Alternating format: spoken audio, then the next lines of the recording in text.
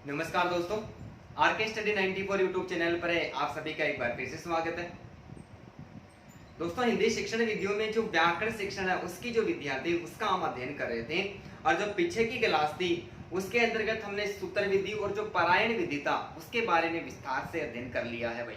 ठीक है, सभी को गुड इवनिंग दोस्तों, अभी तक आप में से किसी ने भी हमारे चैनल को सब्सक्राइब नहीं किया है तो सबसे पहले सब्सक्राइब करें, आप बेल आइकन बटन को दबाएं। साथ ही में वीडियो अच्छा लगता है तो आप लाइक करें, अपने सारे दोस्तों के साथ में शेयर करें और इसके अलावा भी कोई कमी वगैरह रह जाती है तो दोस्तों आप कमेंट बॉक्स में जरूर कमेंट करें। ठीक है दोस्तों, आज हम अध्ययन करने वाले समवाय साचार्य विधि। कौन सी विधि का? समवाय साचार्य विधि का। जो लिखा हुआ है वो आपको साफ दिखाई दे रहा है क्या सभी को? ठीक है भाई, दिखाई दे रहा है। ठीक है, समवाय साचार्य विधि। कौन सी विधि? समवाय साचार्य विधि। दोस्तों, इस विधि का जो प्रतिपादक है, इस विधि का जो प्रतिपादक है, प्रतिपादक मारिया मॉन्टेसरी को माना गया है। किसको माना गया है? प्रतिपादक है वो मारिया मॉन्टेसरी को माना गया है। मारिया मॉन्टेसरी कहाँ की निवासी थी भाई? इटली की निवासी थी। कहाँ की निवासी थी? मारिया मॉन्टेसरी इटली की निवासी थी। ठीक है, तो इस समवाय साचार्य विधि का प्रतिपादन मारिया मॉन्टेसरी के द्वारा किया गया है, इसलिए इसको मॉन्टेसरी विधि के नाम से भी पुकारते हैं। क्या इसके नाम से? इस विधि को मॉन्टेसरी विधि के नाम से भी जाना जाता है। समवाय जो साचार्य विधि है दोस्तों, इस विधि का जो उद्देश्य, सबसे पहले हम बात करते हैं कि इस विधि का उद्देश्य क्या है। समवाय साचार्य विधि का जो उद्देश्य है वो उद्देश्य क्या है? तो इस विधि का उद्देश्य है खेल खेल के द्वारा शिक्षा प्रदान करना। खेल खेल में शिक्षा प्रदान करना। खेल खेल में शिक्षा प्रदान करना। क्यों? क्योंकि समवाय साचार्य विधि के अंतर्गत क्या किया जाता है? बालकों को खेल खिलाया जाता है और खेल के अंतर्गत ही क्या दे दी जाती है दोस्तों? शिक्षा दे दी जाती है। तो हम ऐसा कह सकते हैं कि इस विधि के अंतर्गत, अर्थात ऐसा कह सकते हैं कि इस विधि के अंतर्गत, इस विधि के अंतर्गत कक्षा कक्ष में, इस विधि के अंतर्गत कक्षा कक्ष में अनेक वस्तुओं, कक्षा कक्ष में अनेक वस्तुओं के चित्र, अनेक वस्तुओं के चित्र एवं उनके नाम,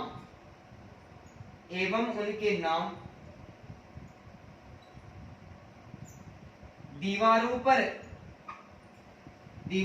टांग दिए जाते हैं। क्या कर दिए जाते हैं? दीवारों पर टांग दिए जाते हैं। कि ये जो विधि है खेल खेल में शिक्षा प्रदान करना इसका उद्देश्य माना जाता है। तो इस विधि के अंतर्गत क्या किया जाता है दोस्तों? इस विधि के अंतर्गत कक्षा कक्ष में विभिन्न वस्तुओं के चित्र एवं उनके नाम दीवारों पर टांग दिए जाते हैं। बालक बार बार उनको देखते हैं। क्या करते हैं? बालक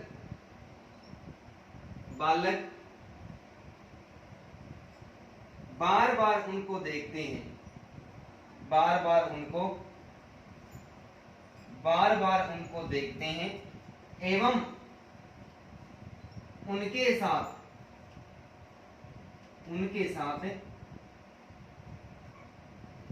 साचर्य स्थापित कर लेते हैं। साचर्य स्थापित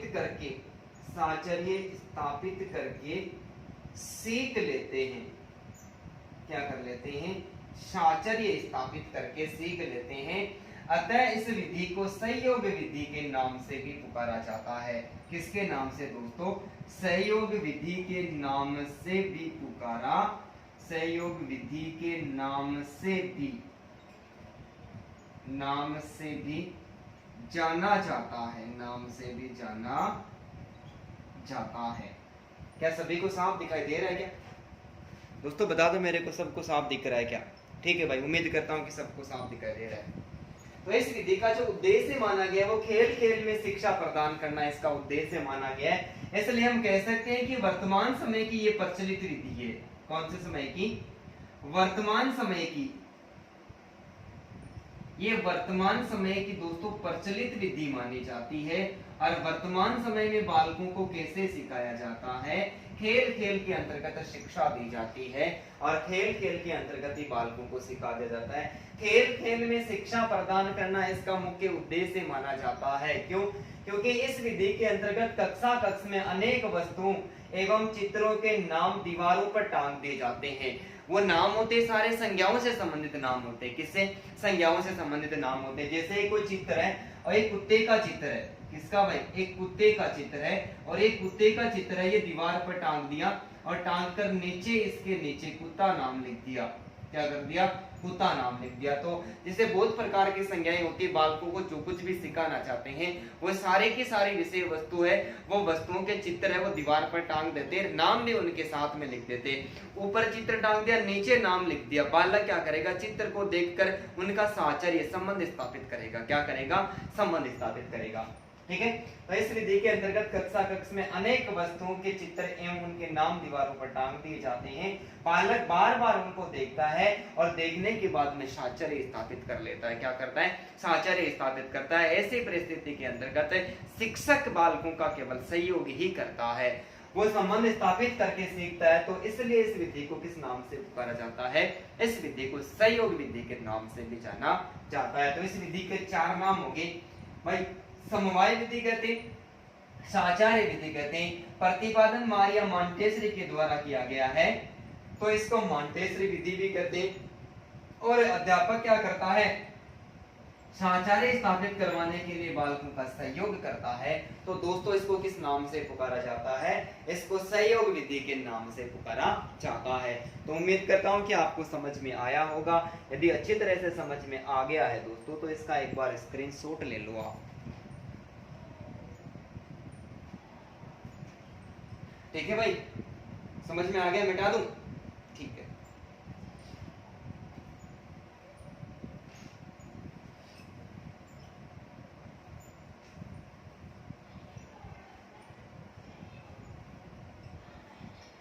ठीक है, अब देखो आगे बात करते हैं कि इस विधि के अंतर्गत ये जो साहचर्य विधि है, इस विधि के अंतर्गत इस विधि में अध्यापक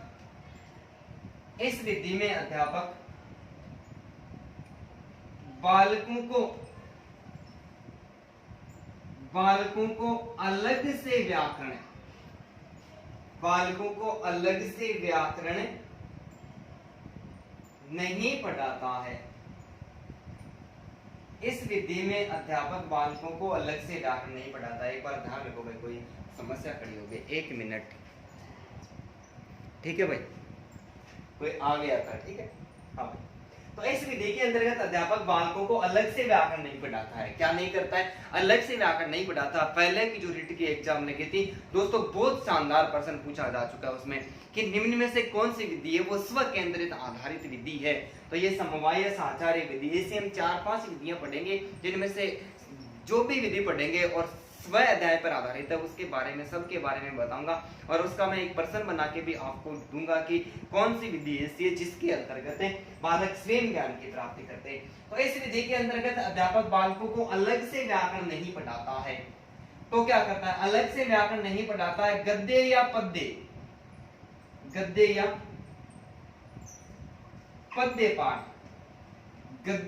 पद्य पाठ पढ़ाते समय यदि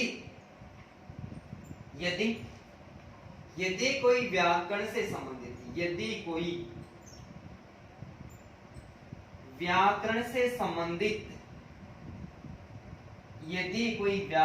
संबंधित अंश आ जाता है, व्याकरण से संबंधित अंश आ जाता है तो वह व्याकरण के नियमों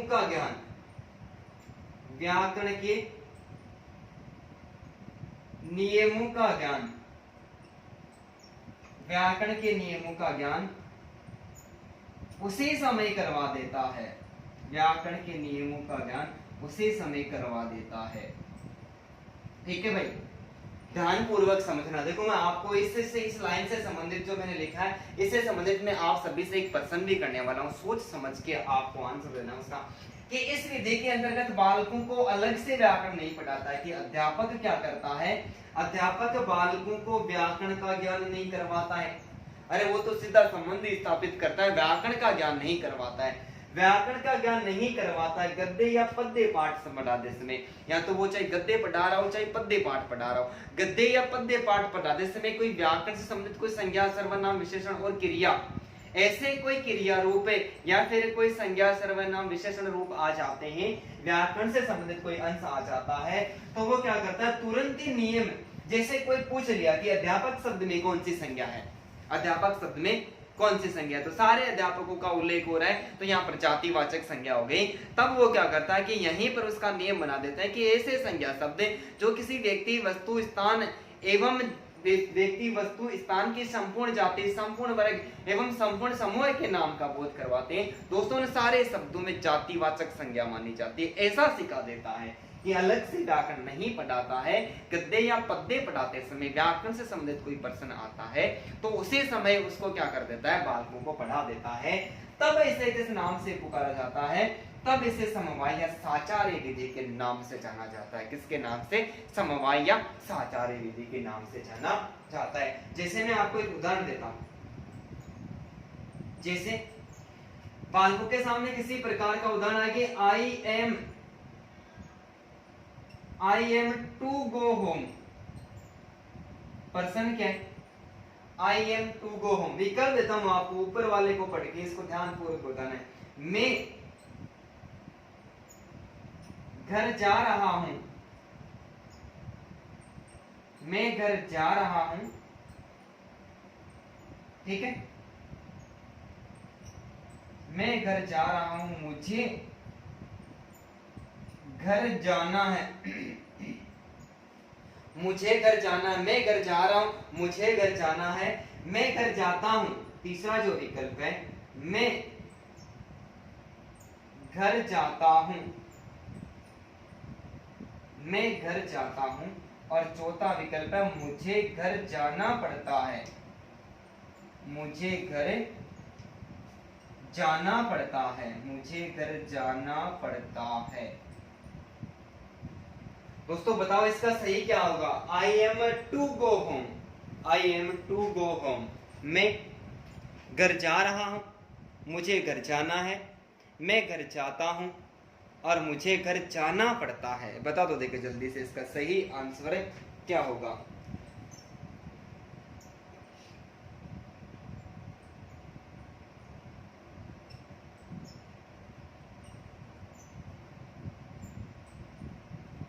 बताओ देखिए जल्दी से क्या होगा। ठीक है भाई, सभी बहुत अच्छा प्रयास करें। मैं एक बार इसको मिटा देता हूं ऊपर वाले को। इसके नियम की देखो स्थापना करते हैं कि अध्यापक कैसे नियम बना देता है। तुरंत ही पर्सन हमारे सामने है, पर्सन हमारे सामने है, वो क्या है, पर्सन है कि I am go to home, I am go to home, person है I am to go home, sorry I am to go. इसका सही आंसर होगा मैं घर जाता हूं, सॉरी इसका सही आंसर 2 नंबर होगा, मुझे घर जाना है। सही आंसर 2 नंबर होगा, मुझे घर जाना है। क्या करना है, मुझे घर जाना है। तो यहां पर अध्यापक क्या करेगा, बालकों के सामने एक नियम बनाएगा।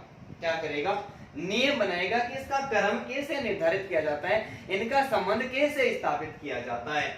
वो सबसे पहले बताएगा कि किसी भी प्रकार का वाक्य होता है, उस वाक्य में सबसे पहले सब्जेक्ट आता है। क्या आता है, सब्जेक्ट आता है। इस सब्जेक्ट के बाद में इज, एम, आर, सबसे पहले क्या लिखना होता है, सबसे पहले सब्जेक्ट लिखना होता है, और इस सब्जेक्ट के बाद में क्या लिखना होता है, इज, एम और आर लिखना होता है। और इसके बाद में जो भी शब्द आता है, जैसे टू है, ये लिख देते हैं, और इसके बाद में वर्ब लिख देते हैं, और वर्ब के बाद में क्या करते हैं दोस्तों, ऑब्जेक्टिव लिख देते हैं, ऑब्जेक्ट लिख देते हैं। क्या लिख देते हैं, ऑब्जेक्टिव लिख देते हैं। कि इस प्रकार का कोई वाक्य होता है कि I am to go home, और उसका सही हमें विश्लेषण करना है, साचार्य करना है। तो उसका सही क्या होगा, मुझे घर जाना है। सबसे पहले सब्जेक्ट लिखेंगे, उसके बाद में इज एम आर, बाद में टू, उसके बाद में वर्ब और ऑब्जेक्ट लिख देंगे। यदि इस प्रकार का वाक्य होता है, उसके अंत में क्या आता है, अंत में आता है ना है, नी है और ने है। ना है, नी है, ने है और ना है, नी है, ने है।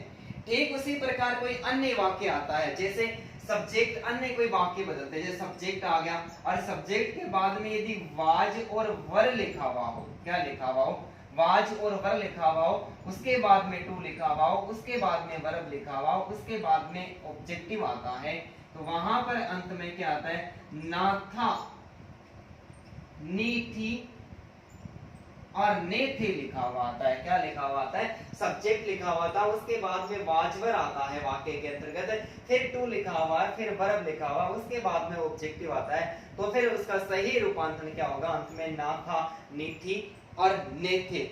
यदि ठीक उसी प्रकार हैज एवं हैव लिखा हुआ वाक्य में सब्जेक्ट लिखा हुआ हो, सब्जेक्ट के साथ में हैज लिखा हुआ हो और हैज के साथ में हैव लिखा हुआ हो, फिर यदि टू लिखा हुआ आता है, फिर वर्ब लिखा हुआ आता है और फिर ऑब्जेक्टिव लिखा हुआ आता है। क्या लिखा हुआ आता है दोस्तों, ऑब्जेक्टिव लिखा हुआ आता है, तो अंत में वाक्य में क्या जुड़ाना पड़ता है, पढ़ता है,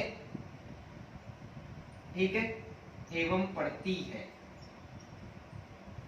पढ़ता है एवं पढ़ती, चारों स्थितियां आपके सामने। और इसके अलावा यदि वाक्य में लिखा हुआ आता है हेड, सब्जेक्ट लिखा हुआ आता है और सब्जेक्ट के साथ में क्या लिखा हुआ है, हेड लिखा हुआ आता है, उसके बाद में टू लिखा हुआ, उसके बाद में वर्ब और उसके बाद में यदि ऑब्जेक्ट लिखा हुआ होता है, तो इस स्थिति के सीधे पढ़ता था या फिर पढ़ती थी, क्या आ जाएगा, पढ़ता था या फिर पढ़ती थी। ठीक इसी प्रकार यदि सब्जेक्ट लिखा हुआ हो और सब्जेक्ट के साथ में विल, सेल एवं हैव लिखा हुआ हो, क्या लिखा हुआ हो, विल, सेल एवं हैव लिखा हुआ हो, उसके बाद में टू लिखा हुआ हो, उसके बाद में वर्ब लिखा हुआ हो और उसके बाद में ऑब्जेक्ट लिखा हुआ, तो अंत में क्या मिलेगा, पढ़ेगा एवं पढ़ेगी, पढ़ेगा एवं पढ़ेगी। दोस्तों इस प्रकार से वो आचार्य स्थापित करता है, एक नियम बना दिया, क्या बना दिया, नियम बना दिया कि I am to go home, इसका सही विश्लेषण क्या होगा, तो मुझे घर जाना है, मुझे घर जाना है। सबसे पहले क्या आएगा, सब्जेक्ट आएगा, कर्ता आएगा, तो कर्ता कौन है, मुझे, आई एम यानी मुझे, फिर क्या आएगा, मुझे घर जाना है, तो इज एम आर जिसका भी प्रयोग हुआ है, तो आई के साथ में किसका प्रयोग हुआ, एम का प्रयोग हुआ, उसके बाद में क्या लिखा हुआ है, टू लिखा हुआ है, उसके बाद में वर्ब यानी क्रिया लिखी हुई है और अंत में क्या लिखा हुआ, ऑब्जेक्ट यानी वस्तु लिखी हुई है, क्या लिखी हुई, वस्तु लिखी हुई है, ठीक है। तो इस प्रकार का वाक्य होता है, तो अंत में क्या होता है, आता है ना है, नी है, ने आता है। तो यहाँ पर हमारे सामने एक ही वाक्य जिसके अंत में क्या आया है, ना आया है, क्या आया, ना है आया है, तो इसका सही विकल्प क्या हो गया दोस्तों, मुझे घर जाना है, क्या है, मुझे घर जाना है। यदि ऐसा नहीं आता तो मुझे घर जाना पड़ता है, तो पढ़ता है, पढ़ती है, क्या आता, सब्जेक्ट आता, हैज और हैव आता, ठीक है, हैज और हैव आता, टू आता, वर्ब आता और फिर ऑब्जेक्ट आता, तो ये चौथा वाक्य सही हो जाता। तो मैं उम्मीद करता हूं कि हमने यहाँ पर साचार्य स्थापित कर दिया है, क्या कर दिया है, साचार्य स्थापित कर दिया है। तो ये जो स्थिति है, ये स्थिति कहती है कि समवाय साचार्य विधि के अंतर्गत, कौन सी विधि के अंतर्गत है, समवाय साचार्य विधि के अंतर्गत अध्यापक अलग से कुछ नहीं पढ़ाता है। जब गद्य या पद्य पढ़ाता है और उस समय किसी भी प्रकार का कोई वाक्य वगैरह आ जाता है, तब क्या करता है, वो तुरंत ही बालकों के सामने किसी भी प्रकार का कोई नियम वगैरह होता है, उस नियम की रचना कर देता है। तो इस विधि को दोस्तों किस नाम से पुकारते हैं, साचार्य समवाय या फिर सहयोग विधि के नाम से जाना जाता है। तो उम्मीद करता हूं कि ये भी आपको समझ में आया होगा। तो इसका भी दोस्तों आप एक बार स्क्रीनशॉट ले लो, आगे और चर्चा करते हैं। उम्मीद करता हूं कि भाई आपको आसानी के साथ में समझ में आ रहा है।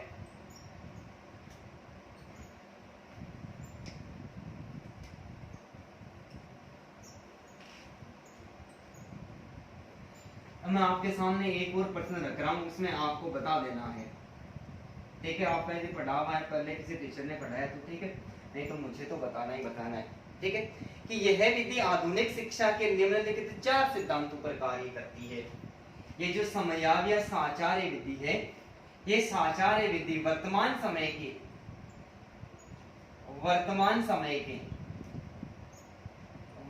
समय के 4 सिद्धांतों पर कार्य करते हैं। कितने सिद्धांतों पर? 4 सिद्धांतों पर। दोस्तों 4 सिद्धांतों पर क्या करती है? ये कार्य करती है, 4 सिद्धांतों पर कार्य करती है। ठीक है, बताइए मुझे कि 4 में से कौन कौन से ऐसे सिद्धांत है। मैं आपको विकल्प दे देता हूं और विकल्प के बाद में मुझे आप बता देना कि इनमें से कौन सा सिद्धांत शामिल है या फिर कौन सा सिद्धांत शामिल नहीं है। ठीक है, सबसे पहले मैं सिद्धांत लिखता हूं कि हर्बर्ट स्पेंसर का सहसंबंध सिद्धांत। पहला जो सिद्धांत है ये किस पर आधारित है?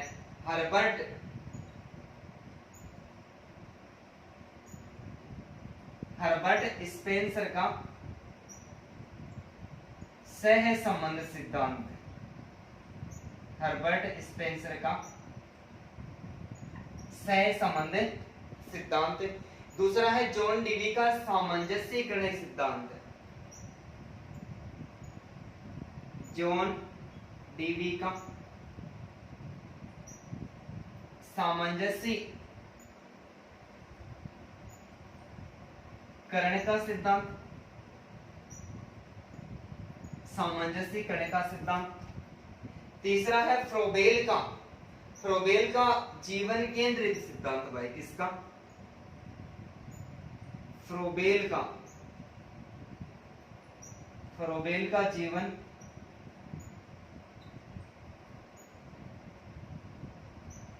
केंद्रित सिद्धांत।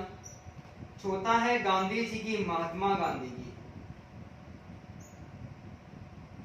महात्मा गांधी की बेसिक शिक्षा प्रणाली।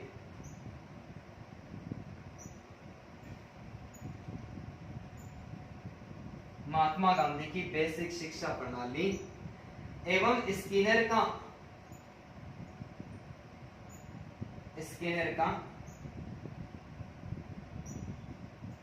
अभिकर्मित अनुदेशन।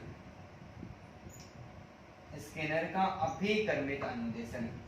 ऊपर मैंने लिखा है कि वर्तमान समय के 4 सिद्धांतों पर विधि कार्य करती है। मैंने यहाँ पर 5 लिखे दोस्तों, 5 लिख दिया। मेरे को ये विश्वास था कि आपको किसी को भी ऐसा अनुभव नहीं था कि इस विधि में ऐसा भी होता है। तो आप बता दीजिए इसमें से कि इनमें से कौन सा जो सिद्धांत है वो इस विधि के अंतर्गत शामिल नहीं है। कौन से सिद्धांत पर विधि कार्य नहीं करती। दोस्तों बहुत खतरनाक प्रश्न बनाए यहाँ पर हमारे सामने।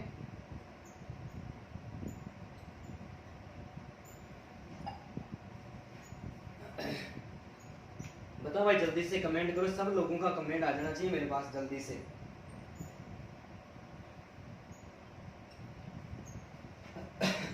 मिटा दूं क्या या बताओगी?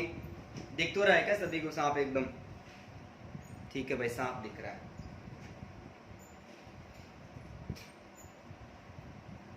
बताओ देखिए दोस्तों जल्दी से।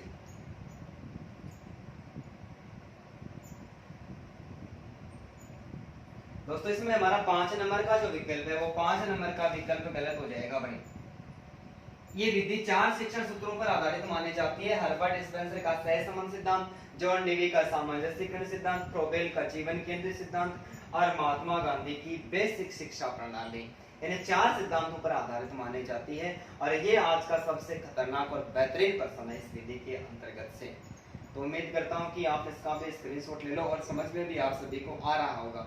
दोस्तों आसानी के साथ में समझ में आ रहा है तो आप कमेंट बॉक्स में जल्दी से हाँ लिखें। कमेंट बॉक्स में हाँ लिखे भाई। ठीक है, बेटा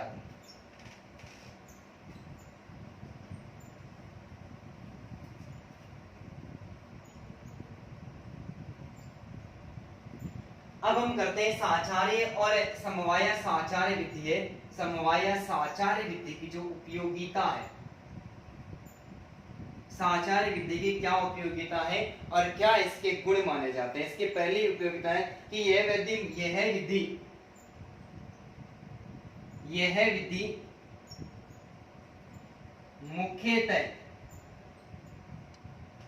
विधि मुख्यतः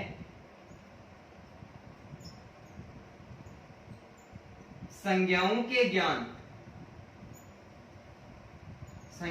ज्ञान से संबंधित होती है। किससे संबंधित होती है भाई? संज्ञाओं के ज्ञान से संबंधित होती है। संज्ञाओं के ज्ञान से संबंधित होती है। इस विधि के अंतर्गत यानी समवाय साचार्य विधि के माध्यम से यदि किसी भी प्रकार का कोई अध्यापक है और बालकों को शिक्षा करवा रहा है तो वो क्या करेगा कि संज्ञाओं से संबंधित किसी प्रकार के कोई प्रश्न वगैरह गद्य या पद्य पाठ में आएंगे तो वो केवल क्या करेगा, संज्ञाओं से संबंधित जितने प्रकार के प्रश्न आएगा उन्हीं प्रश्नों को सोल्व करवाएगा। संज्ञा को छोड़कर अन्य किसी प्रकार के प्रश्न आएंगे उनको सोल्व नहीं करवाएगा। इसके अलावा बात करते हैं कि इस विधि का गुण यह है कि इस विधि का गुण यह है कि बालक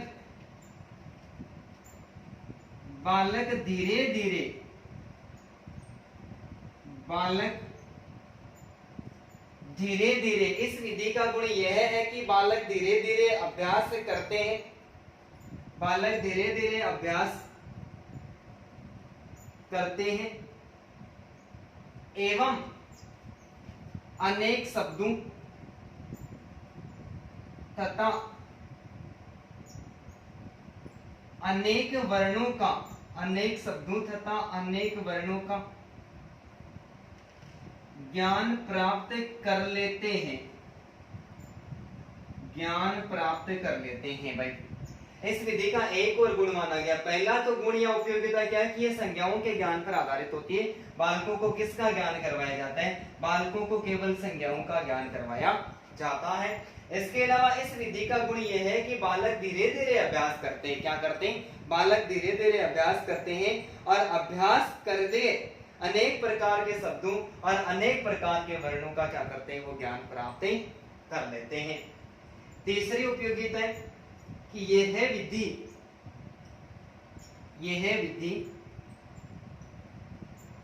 प्राथमिक स्तर की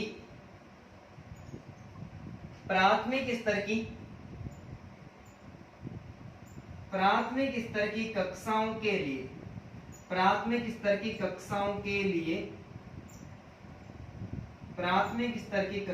लिए विशेष उपयोगी, प्राथमिक स्तर की कक्षाओं के लिए ये विशेष उपयोगी मानी जाती है। यह जो विधि है समवाय या साचार्य विधि है प्राथमिक स्तर की कक्षाओं के लिए विशेष उपयोगी मानी जाती है। यदि छोटे बालकों को सिखाया जाता है तो छोटे बालक विस्तार पूर्वक व्याकरण का ज्ञान प्राप्त नहीं कर सकते। दोस्तों, जब विस्तार पूर्वक व्याकरण का ज्ञान प्राप्त नहीं करते हैं तब क्या करता है अध्यापक? पाठ में कोई ऐसा शब्द आ जाता है और उस शब्द की व्याकरण का ज्ञान है वो बालकों को करवा देता है। ठीक है। इसके अलावा एक और उपयोगिता है कि यह विधि इस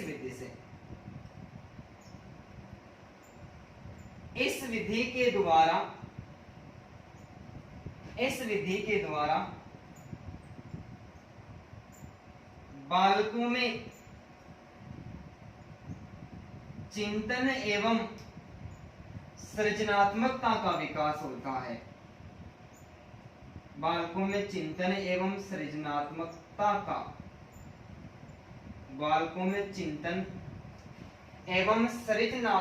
का विकास होता है। तो इस विधि की दोस्तों चार उपयोगिता, विशेषता, इसके चार गुण माने जाते हैं।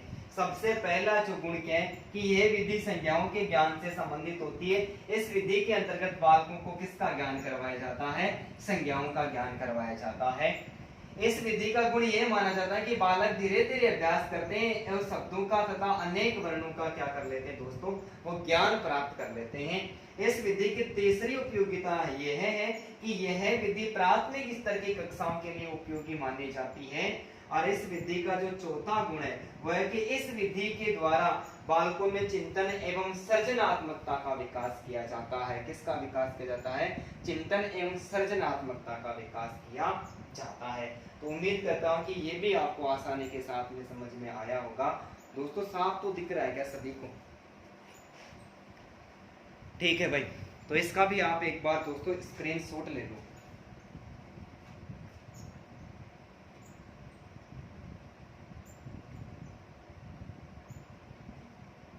ठीक है,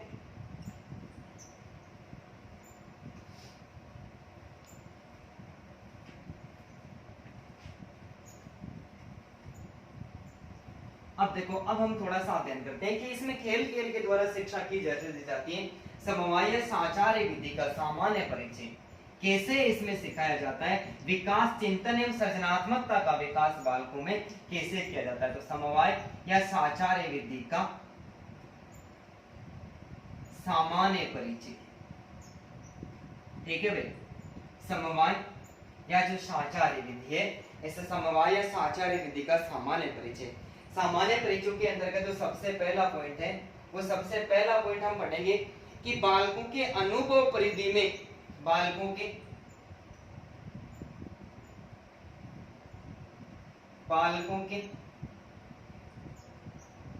अनुभव परिधि में, बालकों के अनुभव परिधि में, बालकों के अनुभव परिधि में आने वाले चित्र एवं वस्तुएं, बालकों के अनुभव परिधि में आने वाले चित्र व बोली जाने वाली वस्तुएं एवं बोले जाने वाले वस्तुएं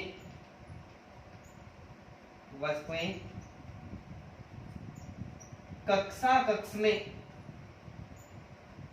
कक्ष में टांग दी जाती है, कक्षा कक्ष में टांग दी जाती है। इस समवाय साचार्य विधि का सामान्य परिचय ये है कि इसमें बालक साचार्य कैसे स्थापित करता है। तो सबसे पहले बालक के अनुभव, जिस विषय वस्तु को बालक जानता है उसकी परिधि में आने वाले जो चित्र और बोले जाने वाले जो वस्तुएं होती है, वो वस्तुएं क्या कर जाते हैं दोस्तों, कक्षा कक्ष में टांग दी जाती है। उसके बाद में वस्तु एवं चित्रों के नाम कार्डों पर अंकित कर लिए जाते हैं। उसके बाद में क्या करते हैं, वस्तु एवं चित्रों के नाम, वस्तु एवं चित्रों के नाम, वस्तु एवं चित्रों के नाम कार्डों पर अंकित कर दिए जाते हैं। भाई जो भी चित्र है वो जानता है बालक, और जिस वस्तु को जानता है उसके कार्डों पर अंकित कर दिए जाते हैं। ठीक है, कक्षा कक्ष में एकत्रित कर ली जाती है, सॉरी भाई, कक्षा कक्ष में एकत्रित, कक्षा कक्ष में एकत्रित कर ली जाती है। सबसे पहले क्या करते हैं, सबसे पहले बालक के अनुभव परिधि में आने वाले चित्र एवं बोली जाने वाली वस्तु कक्षा में एकत्रित कर ली जाती है। क्या कर ली जाती है, एक जगह कर ली जाती है, और एक जगह करने के बाद में वस्तु एवं चित्र के नाम कार्डों पर क्या कर दिए जाते हैं, अंकित कर दिए जाते हैं। क्या कर जाते हैं, अंकित कर दिए जाते हैं। और फिर उसके बाद में अंकित किए गए, अंकित किए गए चित्रों, अंकित किए गए चित्रों को दीवार पर टांग कर नाम के साथ में मिला दिया। अंकित किए गए चित्रों को दीवार पर टांग कर, अंकित किए गए चित्रों को दीवार पर टांग कर नाम के साथ मिला दिए जाते हैं। नाम के साथ मिला दिया जाता है, नाम के साथ में मिला दिया जाता है। भाई जो भी चित्र है और जो भी चित्र अंकित किया है उस चित्र को क्या कर देते हैं, उस चित्र को दीवार पर टांग देते हैं। थोड़ी देर पहले बात करेंगे, जैसे कुत्ते का चित्र है और उस कुत्ते के चित्र को दीवार पर टांग दिया, और टांगने के बाद में उसका जो नाम है वो कुत्ते का नाम में क्या करते हैं, उस चित्र के नीचे लिख दिया। इसके बाद में क्या करते हैं, बालकों को दीवार पर लटके हुए चित्रों तथा कमरों में पड़े हुए अंकित किए गए कार्डों की ओर देखने को कहा जाता है। बालकों को दीवार पर बालकों को दीवार पर लटके चित्रों एवं कार्डों पर अंकित नामों को देखने को कहा जाता है। देखने को कहा जाता है कि बालकों को दीवार पर लटके चित्रों एवं कार्डों पर जो अंकित नाम के कार्डों पर अंकित नामों को क्या कहा जाता है? देखने को कहा जाता है। ठीक है, फिर क्या करता है कि बालक दीवार पर टंगे चित्रों और कमरे में पड़े कार्डों के बीच में साचर्य स्थापित कर लेता है। अंत में क्या करता है बालक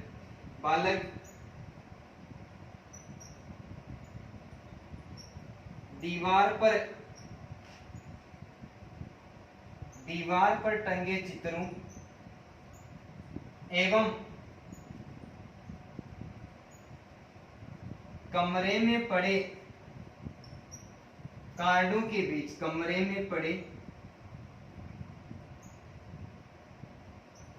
कार्डों के बीच साचर्य स्थापित कर लेता है।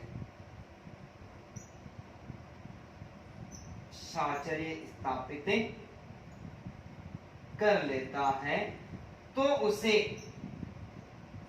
साचर्य विधि का नाम दिया जाता है। तो उसे साचर्य विधि कहते हैं। क्या कहते हैं भाई? तो उसे साचर्य विधि कहते हैं। अब तो आपको सभी को समझ में आएगा कि इस विधि को साचर्य विधि क्या कहते हैं। क्यों कहते हैं कि इस विधि के अंतर्गत जब बालकों को सिखाया जाता है तो अनेक प्रकार के चित्र वगैरह और कार्ड पर नाम वगैरह बालकों के सामने रख दिए जाते हैं, तो ऐसा लगता है कि बालक कोई खेल भी खेल रहे हैं और खेल में क्या करें, वो शिक्षा प्राप्त करें। तो कैसे सिखाया जाता है? सबसे पहले बालकों के अनुभव परिधि में आने वाले चित्र एवं बोली जाने वाली वस्तुएं कक्षा में एकत्रित कर ली जाती है। ऐसे चित्र और ऐसी वस्तुएं कक्षा में एकत्रित कर दी जाती है जिनको बालक आसानी के साथ में जानते हैं। ठीक है, उसके बाद में क्या करते हैं, वस्तु एवं चित्र के नाम कार्डों पर अंकित कर दिए जाते हैं। कुछ कार्ड बनाए जाते हैं और उन कार्डों पर जो भी चित्र है उस चित्र से संबंधित नाम है वो कार्ड पर आसानी के साथ में लिख दिया जाता है। इसके बाद में अंकित किए गए चित्रों को दीवार पर टांग दिया जाता है और टांगने के बाद में जो भी कार्ड पर नाम लिखा हुआ है उसका आपस में मिलान भी कर दिया जाता है कि ऊपर कुत्ते का चित्र, बिल्ली का चित्र है, गाय, भैंस, बकरी, हाथी का चित्र है, जो भी चित्र है वो नाम भी अंकित कर दिए जाते हैं। उसके बाद में क्या किया जाता है, उसके बाद में बालकों को दीवार पर लटके हुए चित्रों और कार्ड पर अंकित जो भी नाम है उन नामों के बारे में देखने को कहा जाता है। बालक उनको आपस में देखते हैं और देखने के बाद में क्या करते हैं कि दीवारों पर टंगे चित्रों और कमरे पर खड़े कार्डों के बीच में वो साचर्य अर्थात संबंध स्थापित कर लेते हैं और संबंध स्थापित करके देखते हैं कि ऊपर बकरी लिखा हुआ, बकरी का चित्र है, ये बकरी है, ये हाथी का चित्र है, ये हाथी है। ऐसे दोनों के बीच में साचर्य स्थापित कर लेते हैं और साचर्य स्थापित करके दोस्तों आसानी के साथ में सीख लेते हैं। तो इस विधि को किस नाम से पुकारा जाता है? साचार्य विधि के नाम से जाना जाता है। तो उम्मीद करता हूं कि ये भी समझ में आया होगा।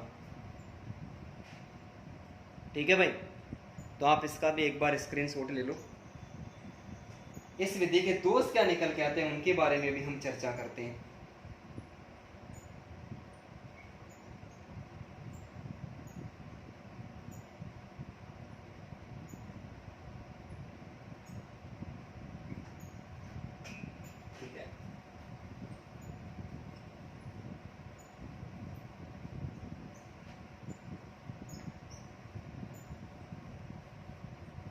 जब इस विधि के गुण निकल के आए तो दोस्तों इस विधि के दोष भी माने जाते हैं। और इस विधि का जो दोष है साचार्य और समवाय साचार्य विधि, इस विधि का सबसे पहला दोष है, इस दोष है कि इस विधि के अंतर्गत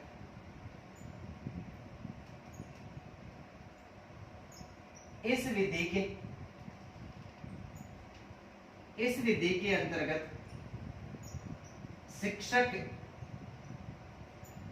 के अंतर्गत शिक्षक बालकों को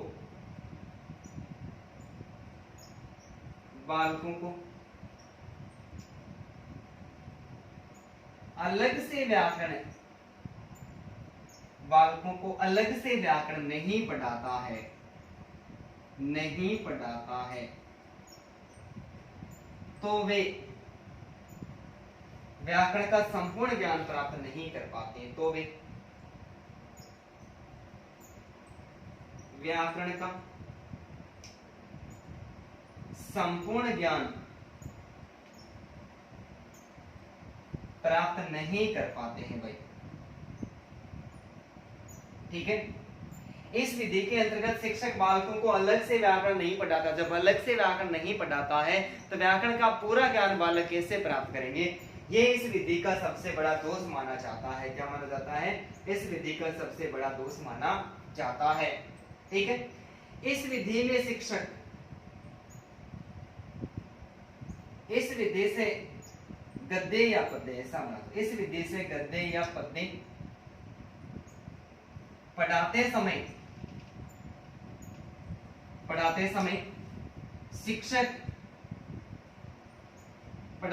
शिक्षक व्याकरण के नियमों की रचना तुरंत कर देते हैं। अतः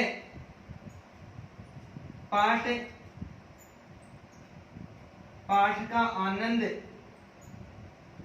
एवं रस समाप्त हो जाता है। क्या हो जाता है? समाप्त हो जाता है। जब बालकों को व्याकरण के शब्दों का बिल्कुल ज्ञान ही नहीं है। किसका ज्ञान नहीं है? बालकों को व्याकरण का बिल्कुल ज्ञान ही नहीं है और एकदम से आनंददायी पाठ पढ़ा रहा है। क्या पढ़ा रहा है? अध्यापक बहुत खतरनाक तरीके से कोई प्रेम रस की रचना पढ़ा रहा है और प्रेम रस की रचना पढ़ाते पढ़ाते बच्चे सारे आनंद और प्रेम के रस में पूरी तरह से डूबे हुए हैं और अचानक से उनके सामने प्रश्न लेके आता है कि विशेषण की विशेषता बताने वाले शब्दों को क्या कहते हैं। वो तो सारे प्रेम रस में घुले हुए थे। कोई गार्डन में घूम रहा था, कोई मार्केट में घूम रहा था, कोई कहां पर घूम रहा था। अचानक से प्रश्न करते हैं, सबके चारों का निश्चित हो जाते हैं। उनका आनंद एवं उनका रस है वो अध्यापक क्या करता है? एक ही बार में समाप्त कर देता है। तो ये इस विधि का दोष माना जाता है। और इस विधि के प्रयोग से बालक व्याकरण का संपूर्ण ज्ञान कभी भी प्राप्त नहीं कर पाते हैं। क्या नहीं कर पाते? व्याकरण का संपूर्ण ज्ञान प्राप्त नहीं कर पाते हैं। तो ये इस विधि का सबसे बड़ा दोष माना जाता है। तो दोस्तों उम्मीद करता हूं कि ये जो हमारे साचार्य विधि थी, ये साचार्य विधि आपको आसानी के साथ में समझ में आई होगी। इस आचार्य विधि का जनक मारिया मॉन्टेसरी को माना जाता है और इसलिए इसको मॉन्टेसरी विधि भी कहते हैं। इस विधि का उद्देश्य क्या माना गया था? बालकों को यदि नवीन ज्ञान की प्राप्ति करवानी है तो उसको पूर्व ज्ञान से जोड़ना और खेल खेल के आधार पर क्या करना? शिक्षा देना। तो इस आधार पर हमने एक और विधि का क्या कर लिया? अध्ययन कर लिया। आप इसका स्क्रीनशॉट ले लो, हम एक और विधि के बारे में चर्चा करते हैं। ठीक है भाई, मिटा दो।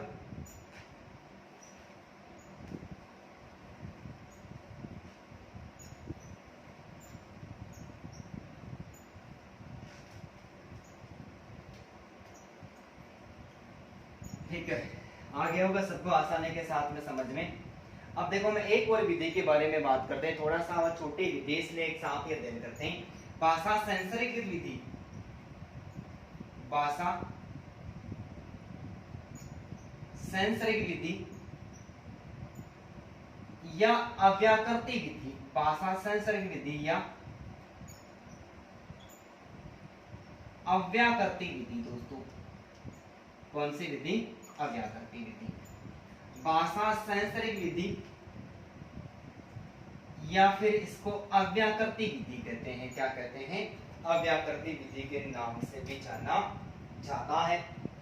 भाषा सेंसरिक विधि और अव्याकृति विधि, इस विधि का जो प्रतिपादक है दोस्तों, प्रतिपादक किसे माना गया है? जल्दी से कमेंट करके मुझे बताओ कि भाषा सेंसरिक विधि या अव्याकृति विधि का जनक या फिर जो प्रतिपादक है वो किसको माना गया है? बताओ देखे जल्दी से, किसी को भी याद होता है जल्दी से बताओ देखे।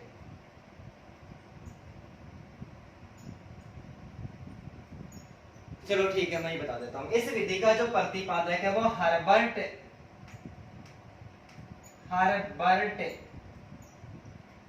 हर्बर्ट स्पेंसर को माना गया भाई। ठीक है, भाषा सांस्कृतिक विधि या फिर अव्याकृति विधि है, या फिर इसको अव्याकृति सिद्धांत के नाम से भी पुकारा जाता है। और इस विधि का जो प्रतिपादक है वो किसको माना गया है? हर्बर्ट स्पेंसर को माना गया है। क्या माना गया है? हर्बर्ट स्पेंसर को भाषा सांस्कृतिक विधि का प्रतिपादक माना गया है। ठीक है भाई, इस विधि का जो मुख्य उद्देश्य है विद्यार्थियों को भाषा का शुद्ध प्रयोग करना सिखाना। इस विधि का जो उद्देश्य है वो है बालकों को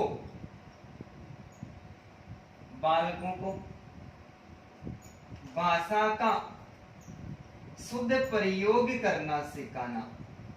शुद्ध प्रयोग करना सिखाना। क्या करना भाई? इस विधि से भी 4-5 प्रश्न पूछे जा चुके हैं। तो इस विधि का उद्देश्य क्या है दोस्तों? इस विधि का भाषा सांस्कृतिक विधि का उद्देश्य माना गया बालकों को भाषा का शुद्ध प्रयोग करना सिखाना। अरे बालकों को भाषा सिखाई जा रही है, इसका मतलब व्याकरण का ज्ञान नहीं करवाया जा रहा है। ठीक है, किसका ज्ञान नहीं करवाया जा रहा है? व्याकरण का ज्ञान नहीं करवाया जा रहा है। तो इस विधि के अंतर्गत शिक्षक स्वयं व्याकरण नहीं पढ़ाता है। तो हम ऐसा कह सकते हैं कि इस विधि के अंतर्गत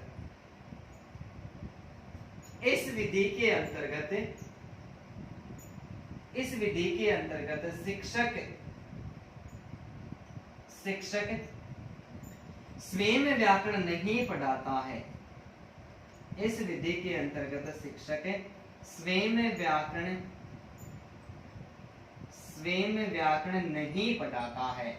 स्वयं व्याकरण नहीं पढ़ाता है। बिना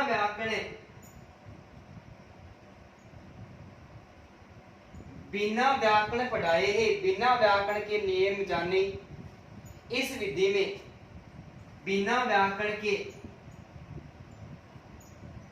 नियम जाने ही बालक मातृभाषा का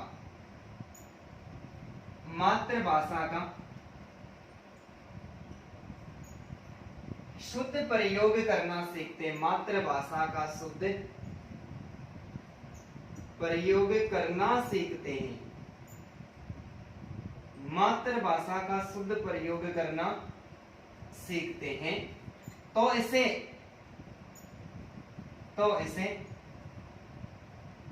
प्रासंगिक या अव्याकृत प्रणाली के नाम से भी जानते हैं। अव्याकृत प्रणाली के नाम से भी जानते हैं। अव्याकृत प्रणाली के नाम से भी जानते हैं। ठीक है भाई, तो भाषा सांस्कृतिक विधि का उद्देश्य क्या माना गया? बालकों को भाषा का शुद्ध प्रयोग करना सिखाना।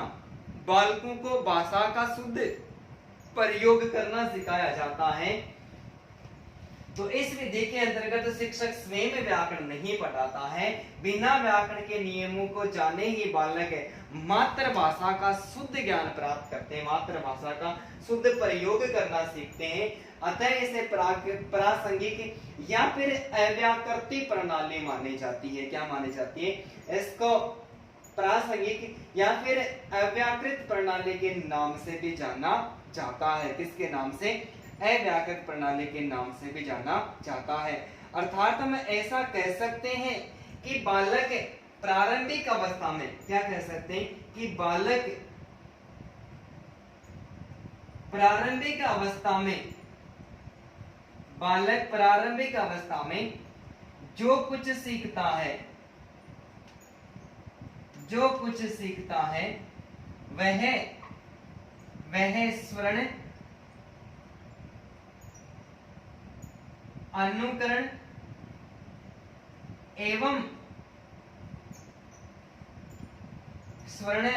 एवं अभ्यास के द्वारा सीखता है। अभ्यास के द्वारा सीखता है, व्याकरण के द्वारा नहीं सीखता। व्याकरण के द्वारा नहीं सीखता है भाई, व्याकरण के द्वारा नहीं सीखता है। क्या कहता है कि इस विधि के अंतर्गत शिक्षक स्वयं व्याकरण नहीं पढ़ाता है, व्याकरण के नियम जाने ही, व्याकरण के नियम बिना जाने ही, भाई ये ऐसा होगा, बिना व्याकरण के नियम, सॉरी, बिना व्याकरण के नियम जाने ही बालक मातृभाषा का शुद्ध प्रयोग करना सीखते हैं। अतः इसे प्रासंगिक या अव्याकृति प्रणाली के नाम से भी जाना जाता है। अर्थात कहने का तात्पर्य यह है कि बालक प्रारंभिक अवस्था में जब छोटा बालक होता है, और छोटा बालक जो सीखता है तो वो कैसे सीखता है, दूसरे लोगों से सुनकर सीखता है, उनकी नकल करके सीखता है, या फिर अभ्यास करके मातृभाषा को सीखता है। मातृभाषा को सीखने के लिए व्याकरण की आवश्यकता नहीं होती है। अरे मातृभाषा मतलब माँ की भाषा, किसकी भाषा, माँ की भाषा मातृभाषा कहलाती है। कि अध्यापक ने क्लास में एक बच्चे को खड़ा किया और प्रश्न पूछ लिया कि टेबल पर चाय किसने गिराई है, इसका तुम मातृभाषा में प्रयोग करके बता।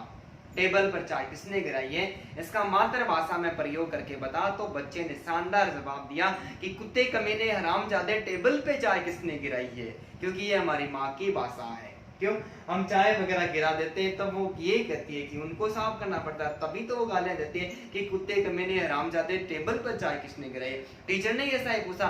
टीचर सवाल ही ऐसे करते हैं। एक बार एक टीचर ने सवाल कर लिया कि दोस्तों मैं जो भी प्रश्न पूछूं आपको उसका आंसर फटाफट देना है। क्या करना है, फटाफट देना है। तो उसने प्रश्न पूछा भारत का प्रधानमंत्री कौन है। एक बच्चा खड़ा हुआ और खड़ा हुआ क्या करे, खड़ा हुआ है और खड़ा होकर कहता है कि सर फटाफट, भारत का प्रधानमंत्री कौन है भाई, फटाफट। क्यों, क्योंकि प्रश्न ही ऐसा पूछा कि जो भी प्रश्न पूछो उसका आंसर फटाफट देना है। तो मातृभाषा मतलब माँ की भाषा। खड़ा किया और प्रश्न पूछा कि टेबल पर चाय किसने गिराई, इसका मातृभाषा में अनुवाद करते हो कि कुत्ते के मैंने हरामजादे, टेबल पर चाय किसने गिराई है। ठीक है, ऐसा किया तो 2-3 चांटे मारे, और चांटे मारने के बाद में उस बालक को खड़ा कर लिया और खड़ा करके कहा कि तेरे घर में सबसे बड़ा आदमी कौन है, उसको कल बुला कर लेके आना है। तो बोले सर सबसे बड़ा आदमी तो मैं ही हूँ। बोले क्यों, तेरे पापा नहीं है क्या। बोले मेरे पापा अभी बहुत छोटे हैं, अभी तो आज भी बोले मम्मी के साथ ही सोते, मैं अकेला सोता हूँ, इसलिए मैं सबसे बड़ा हूँ। ये मातृभाषा होती है, ये माँ की भाषा, इसी को कहते हैं दोस्तों। अन्यथा नहीं लेना, ये समझाने का तरीका है। उम्मीद करता हूँ कि ये भी समझ में आया होगा। तो आप इसका भी एक बार स्क्रीनशॉट ले लो भाई, जल्दी से दोस्तों स्क्रीनशॉट ले लो।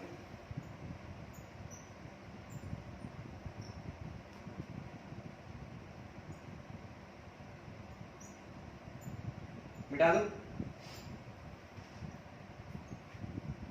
ठीक है।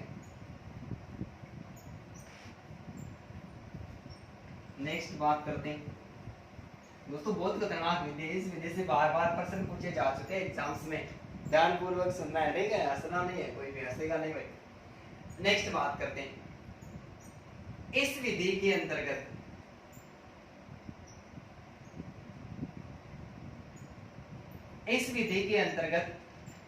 शिक्षक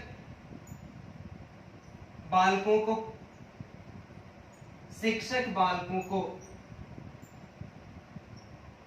व्याकरण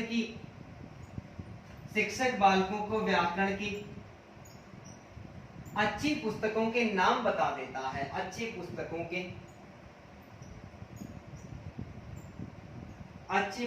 के नाम बता देता है। ठीक है, इस विधि के अंतर्गत शिक्षक व्याकरण तो नहीं पढ़ाता है, तो व्याकरण नहीं पढ़ाता तो क्या करेगा, वो व्याकरण की अच्छी पुस्तकों के नाम बता देता है। बालक स्वयं ही व्याकरण का ज्ञान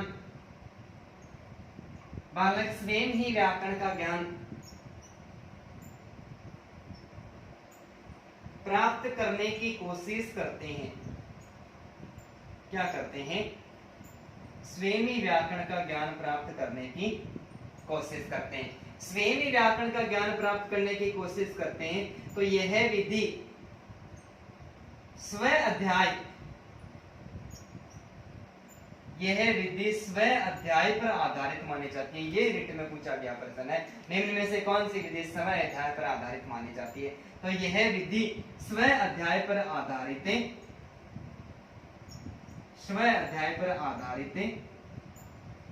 मानी जाती है, स्व अध्याय पर आधारित मानी जाती है। तो दोस्तों ये करके सीखना शिक्षण सूत्र पर आधारित है।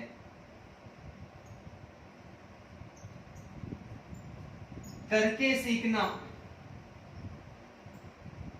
शिक्षण सूत्र पर आधारित मानी जाती है।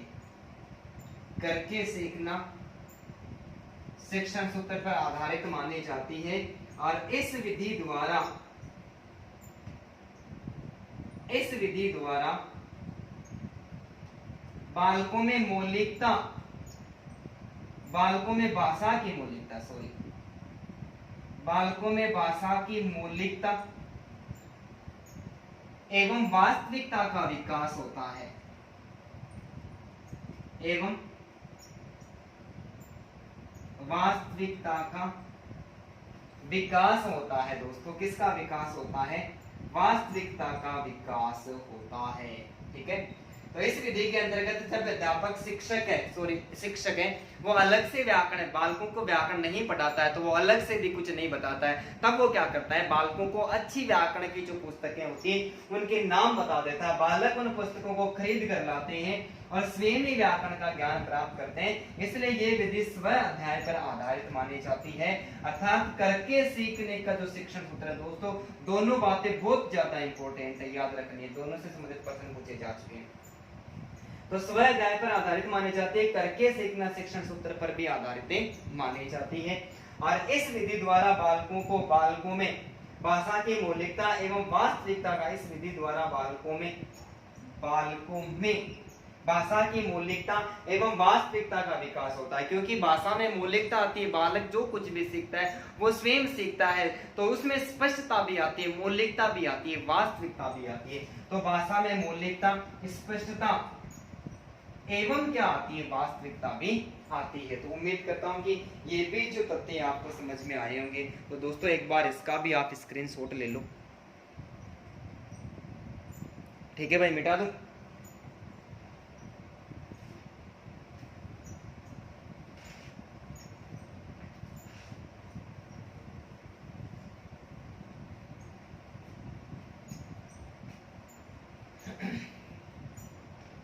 ठीक है, इसके अलावा हम और चर्चा करते हैं। तो यह विधि है, यह विधि प्राथमिक स्तर की, यह विधि प्राथमिक स्तर की कक्षाओं के लिए, प्राथमिक स्तर की कक्षाओं के लिए विशेष उपयोगी मानी जाती है। प्राथमिक स्तर की कक्षाओं के लिए विशेष उपयोगी मानी जाती है। क्या मानी जाती है भाई? प्राथमिक स्तर की कक्षाओं के लिए विशेष उपयोगी मानी जाती है। इस विधि द्वारा बालकों में बौद्धिक एवं तर्क शक्ति का विकास होता है। स्वयं करते हैं ना, तो बौद्धिक एवं तर्क शक्ति का विकास होता है। तर्क शक्ति का विकास होता है। इस विधि द्वारा बालकों में बौद्धिक एवं तर्क शक्ति का विकास होता है। इस विधि के समर्थकों का, इस विधि के समर्थकों का मानना है कि भाषा विकास के लिए, किसके लिए भाई? भाषा विकास के लिए, भाषा विकास के लिए व्याकरण का ज्ञान आवश्यक नहीं है।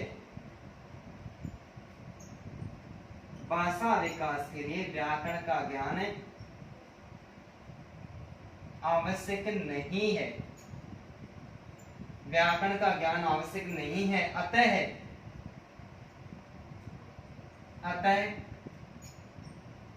इस विधि में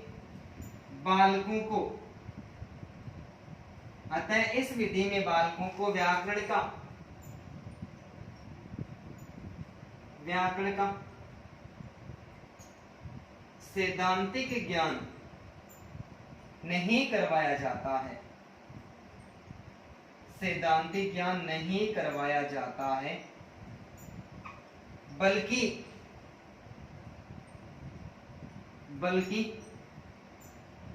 भाषा व्यवहार पर, बल्कि भाषा व्यवहार पर सर्वाधिक बल दिया जाता है, सर्वाधिक बल दिया जाता है। ठीक है, ये विधि क्या करती है, ये विधि प्राथमिक यानी छोटी कक्षाओं के लिए दोस्तों, किसके लिए, जो छोटी कक्षा होती है छोटी कक्षाओं के लिए विशेष उपयोगी मानी जाती है। तो इस विधि का दोष क्या हो गया, ये उच्च स्तर की कक्षाओं के लिए उपयोगी नहीं मानी जाती है।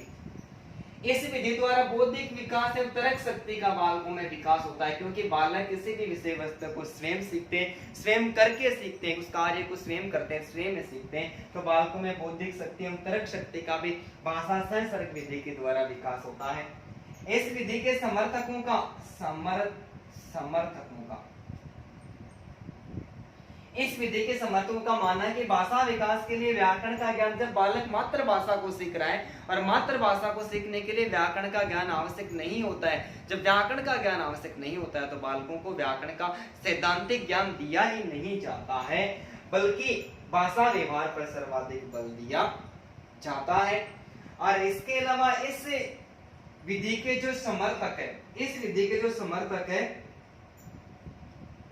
वो ये मानते हैं कि व्याकरण का ज्ञान सीखे बिना ही, जैसे बड़े बड़े साहित्यकार है वो मानते हैं, उनका मानना है कि साहित्यकार है, कवि है, लेखक है, साहित्यकार है, कवि है, लेखक है, इनको व्याकरण का संपूर्ण ज्ञान नहीं होता है।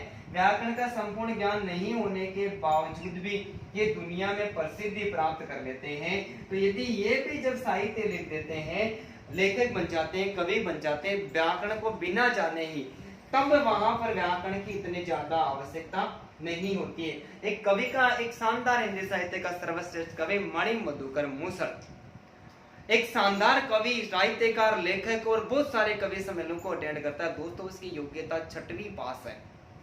कितनी योग्यता है, 6वीं पास है। अर्थात यदि न्यूटन कविताएं लिखता तो आज अच्छा कवि होता, कि जिसमें बुद्धि और तर्क होते हैं, वो क्या करते हैं, वो किसी भी क्षेत्र में सराहनीय कार्य कर सकते हैं दोस्तों। ये भाषा सहस्रक विधि कहती है।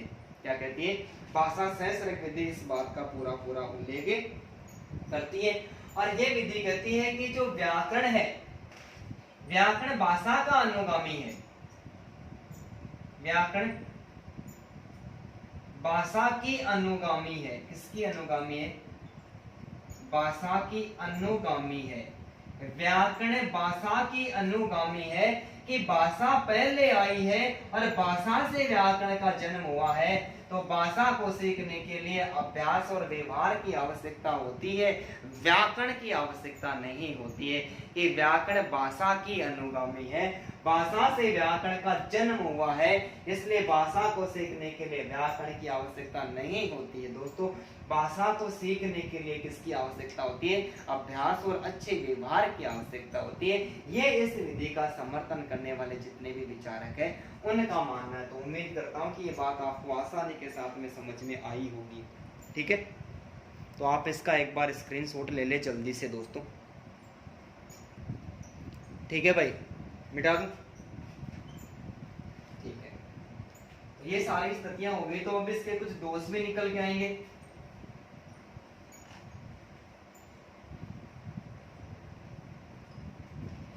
ठीक है, इस विधि के यानी भाषा सहस्रक विधि के दोष,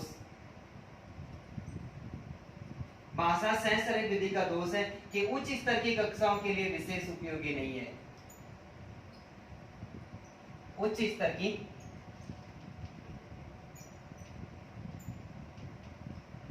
कक्षाओं के लिए, उच्च स्तर की कक्षाओं के लिए विशेष उपयोगी नहीं है। उच्च स्तर की कक्षाओं के लिए विशेष उपयोगी नहीं है। भाई अभी पढ़ा था कि प्राथमिक स्तर की कक्षाओं के लिए विशेष उपयोगी है, तो उच्च स्तर की कक्षाओं के लिए विशेष उपयोगी नहीं है। भाषा सहस्रक यानी मातृभाषा के द्वारा यदि अध्यापक इस विधि से अध्ययन कार्य करवाता है तो समय अधिक लगता है। समय अधिक लगता है। ठीक है, इस विधि द्वारा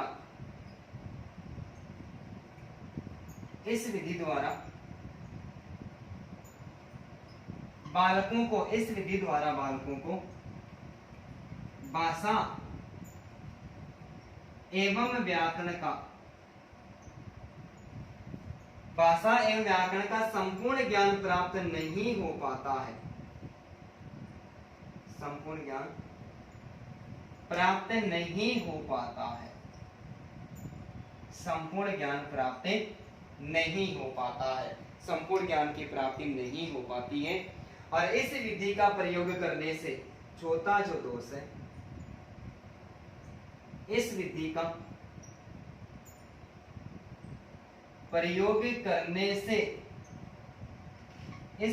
प्रयोग करने से बालकों को तुरंत प्रतिपुष्टि, दोस्तों प्रतिपुष्टि को फीडबैक कहते हैं। क्या कहते हैं? फीडबैक कहते हैं। तो इस विधि का प्रयोग करने से छात्रों को तुरंत प्रतिपुष्टि नहीं हो पाती है। ठीक है, फीडबैक बिल्कुल भी प्राप्त नहीं होता है। और इसके अलावा किसी भी प्रकार की समस्या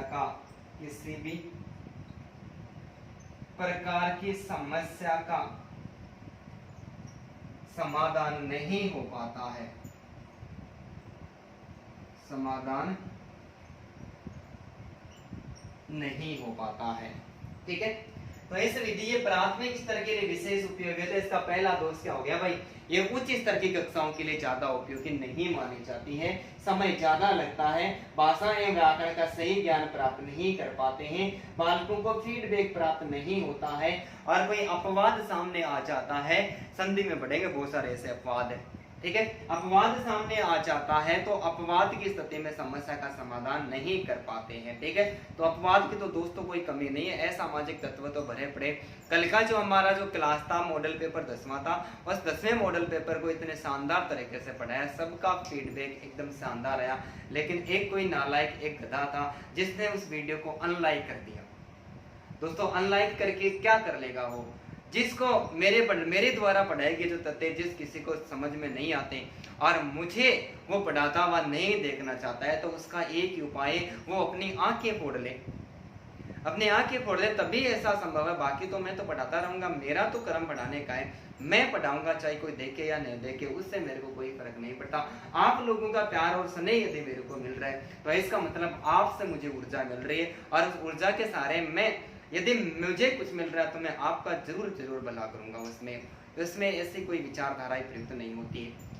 ठीक है दोस्तों, तो इसके आधार पर हमने आज 2 और विधियों का अध्ययन कर लिया। दोस्तों वीडियो अच्छा लगा है तो आप कमेंट करें, जैसा भी लगा आप सभी कमेंट करके मुझे बताएं, और अपने सारे दोस्तों के साथ में शेयर करें। कोई मेरा दोस्त नया जुड़ा है तो वो मेरे चैनल को सब्सक्राइब करे, बेल आइकन बटन को दबाए, वीडियो को लाइक करे। ठीक है, धन्यवाद दोस्तों। जय हिंद, जय भारत। एक बार इसका स्क्रीनशॉट ले लो। ठीक है भाई।